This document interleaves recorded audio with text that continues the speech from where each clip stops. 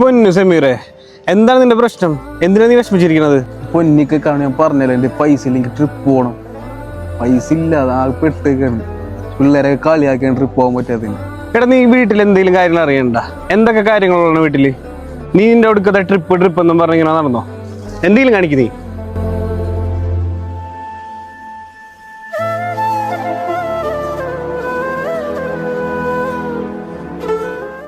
നീ എന്തിനാടെ ഒന്ന് പറഞ്ഞ് രണ്ടര ചെക്കനോട് ചൂടാവും നിൽക്കണത്?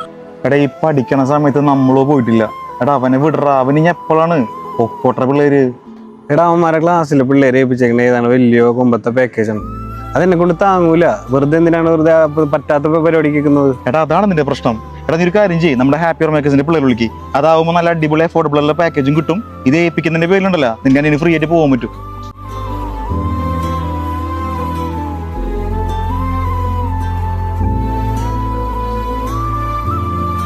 അതെ, എല്ലാം വിളിച്ച് സെറ്റാക്കിയിട്ടുണ്ട്. ട്രിപ്പ് പോയിക്കോ.